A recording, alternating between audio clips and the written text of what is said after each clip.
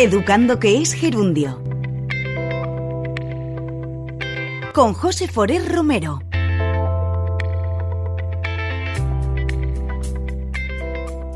Bienvenidos a una nueva entrega de Educando que es gerundio en Plaza Radio. Hoy queremos adentrarnos en el mundo de los horarios, de las jornadas continuas, partidas. ¿A qué hora entramos? Bueno, no solo porque los alumnos de primaria en España son los que más tiempo pasan en los centros de toda Europa, más que nada porque nos pasamos ahí 2 horas de comida, sino porque también se abren debates sobre la idoneidad de que, por ejemplo, los horarios en los institutos se adapten al biorritmo de los adolescentes. Don Pablo Rovira, delegado de Magisterio de la Comunidad Anciana, bienvenido. Hola, muy buenas. Gracias por estar con nosotros como siempre.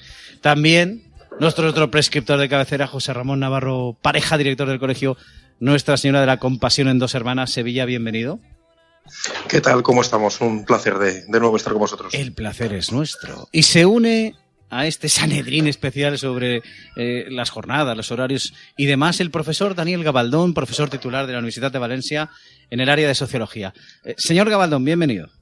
Hola, muchas gracias. Gracias a usted por atendernos, porque usted, yo no sé si es de los que se sacan ahí encima de la mesa a plantear, ¿deben los adolescentes entrar un poquito más tarde en los institutos?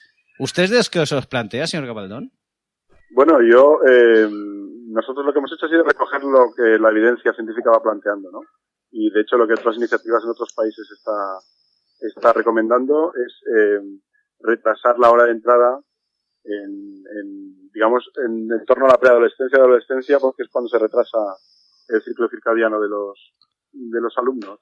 Y entonces, si el horario escolar se acompasa mejor con los biorritmos de los alumnos, pues estamos todos mucho mejor, ¿verdad? Más descansados, más atentos y se aprovecha mejor el tiempo. Sí, aquí tenemos, pues bueno, es bastante contraintuitivo, o por lo menos contra actualidad, plantear estas situaciones que yo creo que habría que plantearlas. Justamente el debate sigue siendo cómo ampliar la jornada continua en primaria, y pues estudios como los del profesor Gabaldón van un poquito más allá y plantean pues esas evidencias científicas y esa tendencia en otros países de plantearse si son los horarios adecuados de los adolescentes. Sobre todo porque aquí pretendemos que estén durante 6 horas seguidas sentados y esperando que eso consigan un gran aprovechamiento, ¿no? Un gran aprovechamiento académico. Y está bien plantear, aunque luego sea difícil introducirlo en el debate público, pero está bien plantear qué funciona y hacia dónde deberíamos mejorar la educación. Es utópico casi plantearlo. Don José Ramón. Sí, yo creo que por desgracia, y me parece muy interesante lo que podemos hoy hablar hoy, porque por desgracia los horarios escolares están planteados casi como un concepto laboral, ¿no? Es decir, bueno, pues uno tiene que trabajar o hacer tantas horas, pues si las hace de lo más rápido posible, luego va a tener más tiempo por otro lado, ¿no? Y eso nos olvidamos que realmente aquí el sistema tiene que estar pensado de cara hacia los alumnos, y que por lo tanto hemos de aprovechar al máximo todas las posibilidades para que ellos puedan aprender y participar y estar a gusto, ¿no? Y es verdad que se hacen jornadas maratonianas con el objetivo de que por las tardes la puedan tener mucho más libres, pero luego tampoco es así, que luego a las tardes los alumnos tampoco las tienen más libres, ni pueden relajarse ni hacer nada de esto, ¿no? O sea, entonces yo creo que lo medimos mucho desde nuestra perspectiva de adulto y no tanto desde la realidad de los niños, claro, y los adolescentes. De lo que siempre hemos hablado, de cómo está parido el sistema, de cómo todavía estamos en otra época, y como han deslizado ustedes muy a imagen y semejanza de la jornada laboral. Y siempre se ha discutido sobre la productividad de las personas que se pasan ahora, el presencialismo de las narices, y cómo se premia eso. Todavía se premia. Y entonces están hecho copia y pega, ¿no? El sistema laboral del educativo. Sí, luego además es que hay concepciones erróneas, ¿no? Por ejemplo, hay concepciones que la gente entiende que el alumnado que entra, ¿no?, que se levanta más tarde o que pretende dormir más por la mañana es más zángano, ¿no? Menos laborioso, ¿no? Los estudios demuestran que si cuando hablamos, por ejemplo, de la primera etapa, las primeras etapas de infantil, tenemos un 25% del alumnado que sería alondra, ¿no?, que es más madrugador, y un 25% de alumnado que sería más búho, que es más, digamos, más activo por la tarde. el 50% estaría entre medias de esas dos categorías.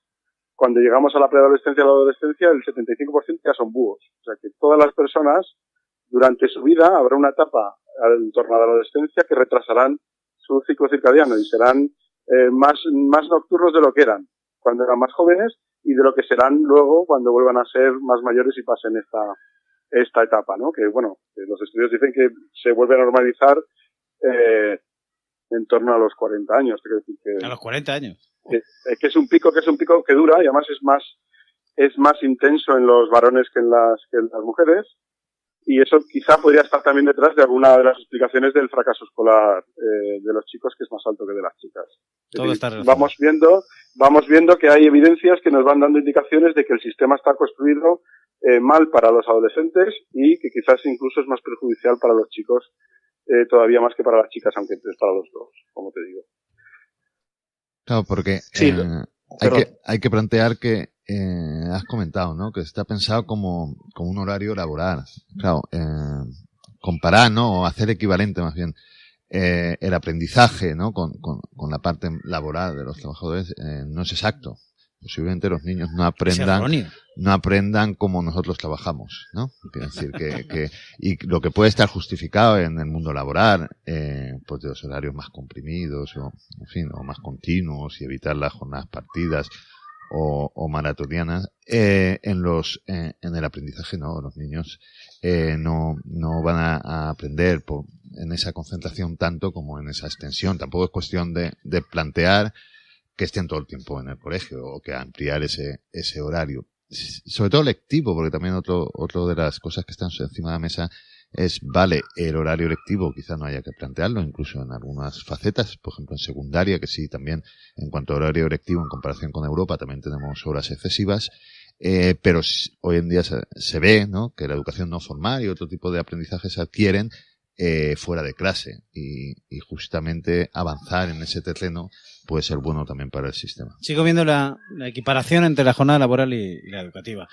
Yo creo que en este país, que siempre se ha discutido de la racionalización de los horarios, bueno, siempre, últimamente, ¿no? Yo creo que ni se plantea el debate en serio, solo en determinadas empresas. Yo creo que hasta, no sé, ustedes me guían. Hasta que no se plantee el debate en serio de cómo se regula la jornada laboral en España, ¿no nos pondremos a plantear cómo se debe regular la educativa o debe ser al revés, señor Gabaldón, Navarro Pareja? Bueno, yo creo que si buscamos el símil con el mundo laboral también es bastante variado. Nosotros en clase de Sociología de la Educación explicamos, ¿no?, las influencias que han habido en la organización escolar desde el mundo de la organización del trabajo. Pero parece como que en la mayoría del sector educativo el esquema que se coge es la industria fordista, ¿no? El todo el mundo entra a la misma hora con la campana, hace las mismas cosas todo el mundo, ¿no? Y acaba todo el mundo a la misma hora. Cuando realmente, por ejemplo, en la Comunidad Valenciana, que tenemos ya aulas de 2 años en los colegios, de 2 a 12 años, que los niños pasan en el centro escolar, bueno, los cambios fisiológicos, evolutivos, de necesidades, de ritmos, es brutal de los 2 a los 12 años. Pues hay un mimetismo de que todos los alumnos a cualquier edad hagan las mismas horas, las mismas pausas a las mismas horas, no se corresponde, ¿no? Al tema del trabajo, también hay empleos y cada vez hay más ocupaciones que se basan más en un entendimiento de la organización del trabajo conforme a objetivos y con una flexibilización de lo que es la organización del trabajo, que busca mucho trabajo cooperativo y digamos de manera coordinada conforme a proyectos. Bueno, esto poco a poco va calando en algunos centros educativos que son más innovadores. Pero a medio plazo tendríamos que plantearnos que la escuela más generalista tendría que también adaptarse a este ritmo, ¿no? La idea es, hay que trabajar conforme a unos objetivos y hay que ver de qué manera nos organizamos para optimizar nuestro tiempo conforme a esos objetivos y, digamos, salir un poco de la rutina del aula, de la clase fordista, ¿no? De la clase de todos a la misma hora con el libro de texto, de tal página a tal página, todos leemos, todos hacemos el ejercicio, ¿verdad? Hay otros tipos de escuela, ¿no? Como el planteamiento Montessori o otros tipos, pues ya rompen esa marcha unificada y monotemática de todo el mundo lo mismo, ¿no? Y yo creo que esas son experiencias que también se ven, ¿no? En el mundo laboral, no sé, yo no he estado en Silicon Valley, pero sí que he estado, por ejemplo, en el MIT, en Massachusetts. Hay hay centros de investigación donde ves que la gente entra, sale, tienen las paredes de cristal para que la gente opine, entre, hable, salga, se reúnan. Es decir, ese tipo de cosas poco a poco van afectando también a algunos centros escolares más innovadores, como te digo, pero tendría que poco a poco ir extendiéndose también esa visión de romper, ¿no? De romper que todo el mundo haga lo mismo a la misma hora y siempre todos con el mismo programa y, digamos, dar más opciones educativas a que los centros educativos sean centros donde se estimule el aprendizaje, donde se pueda reunir, donde hayan recursos, donde haya asesoramiento, donde haya tutelaje de una manera mucho más flexible y más adecuada. Sobre todo, como ya te digo, en el aspecto que estamos hablando de secundaria. En secundaria, o sea, los alumnos ya son más autónomos. Sí. Y ya no tienen que ir de la mano con el padre cuando el padre va a trabajar, pueden, digamos, organizarse de una manera más independiente y hay que aprovechar esto para ajustar. Hay que fijarse más entonces en la secundaria. Sí, bueno, creo que cada etapa educativa tiene sus características. Hay que adaptar los horarios a cada etapa educativa, ese es el resumen. Exactamente, y dentro de cada etapa educativa, digamos, no sé, a ciclos más cortos, ¿no? De 2 o 3 años en los que los alumnos van cambiando mucho. No es lo mismo un alumno 6 que un alumno de 12. Y bueno, mucho menos un alumno de 3, ¿no?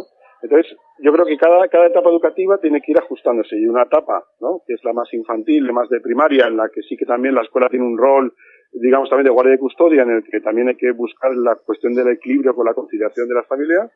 Pero hay una etapa en secundaria en la que eso ya, digamos, la autonomía de los alumnos ya es mayor y ya la parte de conciliación ya no es tan necesaria. No hace falta que el alumno entre cuando el padre salga de casa. Puede levantarse un poco más tarde, desayunar mejor, porque se levanta a una hora más acorde con su biorritmo y llegar al colegio más despierto, mejor alimentado y más centrado para hacer las actividades, ¿no?